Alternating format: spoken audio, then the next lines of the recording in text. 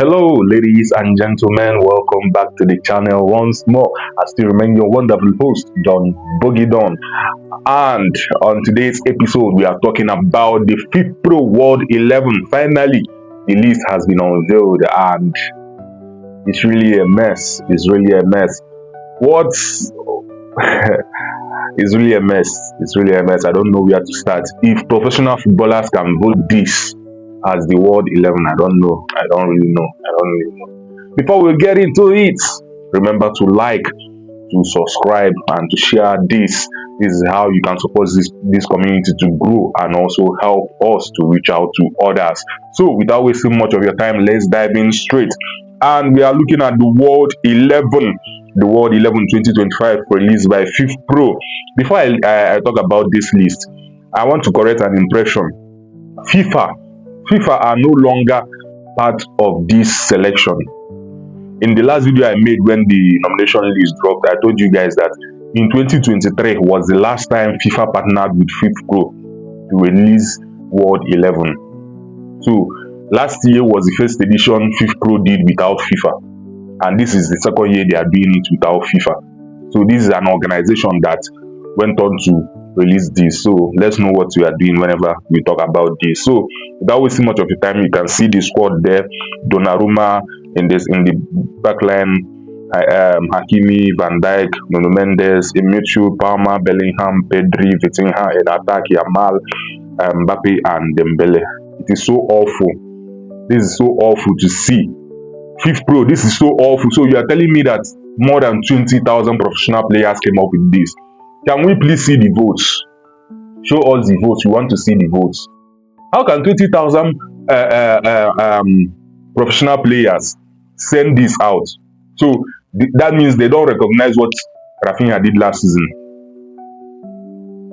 A player that has more GA than any player in Europe. A player that had that kind of season, and he was not named in the FIFPRO. Let's forget what happened in Ballon d'Or. We are just trying to forget it, and now this happened again. So why is neither Rafinha or Salah in this list? The timeline you guys gave us was July 2024 to August 3, 2025. July 17, 2024 to August 3, 2025. So where is Rafinha? Where is Mohamed Salah?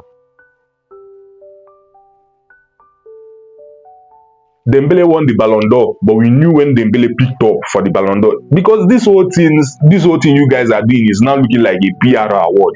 If you don't have the social media presence or the people to back you up, you cannot be relevant in awards and nominations and whatnot. Ballon d'Or organizer did what they did. We saw it. Even the Ballon d'Or top 10, the Ballon d'Or top 3. This I don't know how to describe this. This is the height of mess. This is really the height of mess. No Rafinha on this list. Now let me tell you guys what I really think about this list, because I believe that FIFPRO, the organizers, this is more than PR. This is them trying to settle the big teams, trying to settle some tournaments. Let me break it down for you. Starting with Chelsea. It will look somehow that Chelsea won the Club World Cup and no player from that squad was in the FIFPRO. So what did they do? They had to settle Chelsea and to make the Club World Cup look like a big thing that FIFA is doing. That's why Kopama is here. Imagine releasing this list and there's no Chelsea player on it. Because in the back line, Cucurella cannot get over Nuno Mendes. They know that. Sanchez cannot get over Donnarumma. They know that. So where do they find a player to fix? It was Cole Palmer. Now going to England.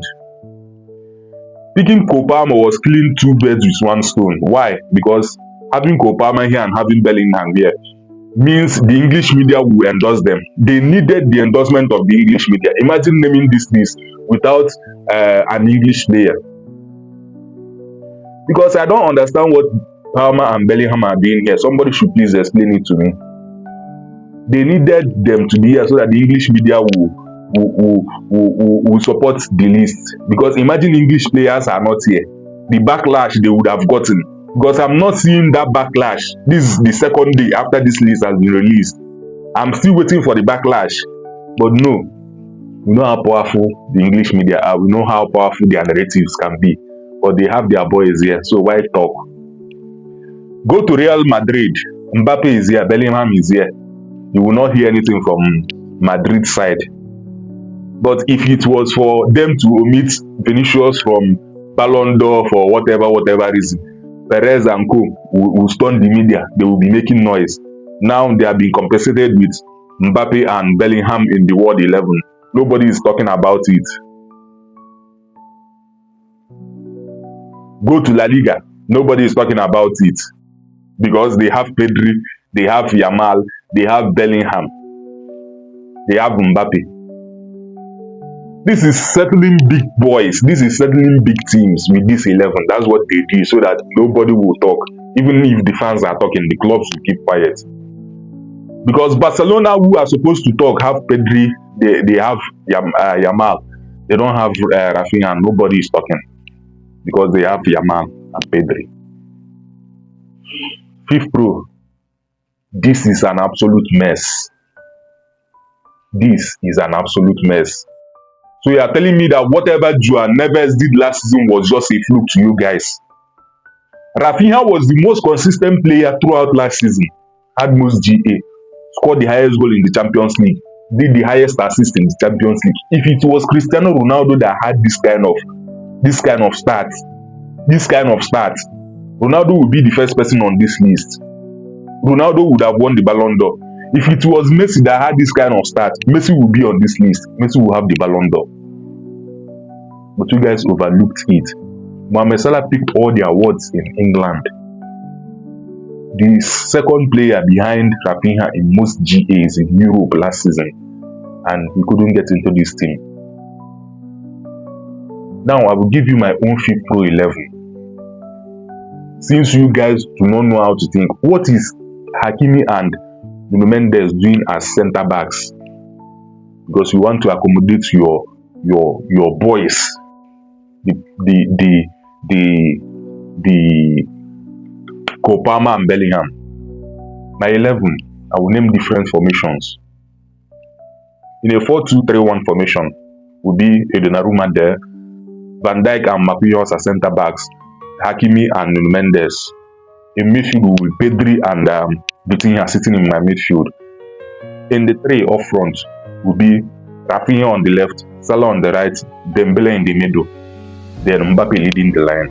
If you want to do a 4-3-3, I will still have my normal back line: Donnarumma, Van Dijk, Marquinhos, Hakimi, Nuno Mendes.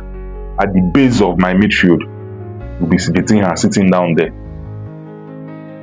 In my attack will be a Dembele, a Rafinha, and an Mbappe. Then in my midfield will be maybe, just maybe, I will just put in Pedri there and Joao Neves there. So whichever lineup you want to use, these are my 11s.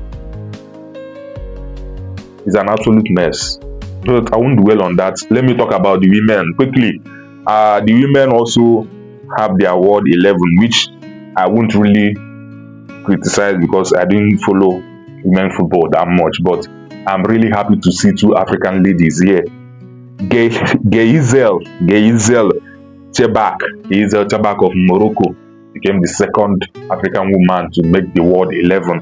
Then Barbara Banda, the current holder of the CAF Women's Award, she is also here as number 9. You can see the list there. So kudos to all these ladies. It's unfortunate that our own Alozie couldn't make it, of course, but the recognition was there for her. So that is it for the World 11.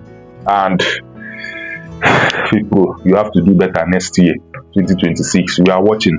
Harry Kane was not in the nomination. Simeon was not there. We are watching. We are watching for next year. I still remember wonderful host, Donbogidon. Remember to like, to share our videos so that you can reach out to others. Let them know that we are here. And also, most importantly, subscribe. That's how you grow this channel. Thank you, and we'll see you next.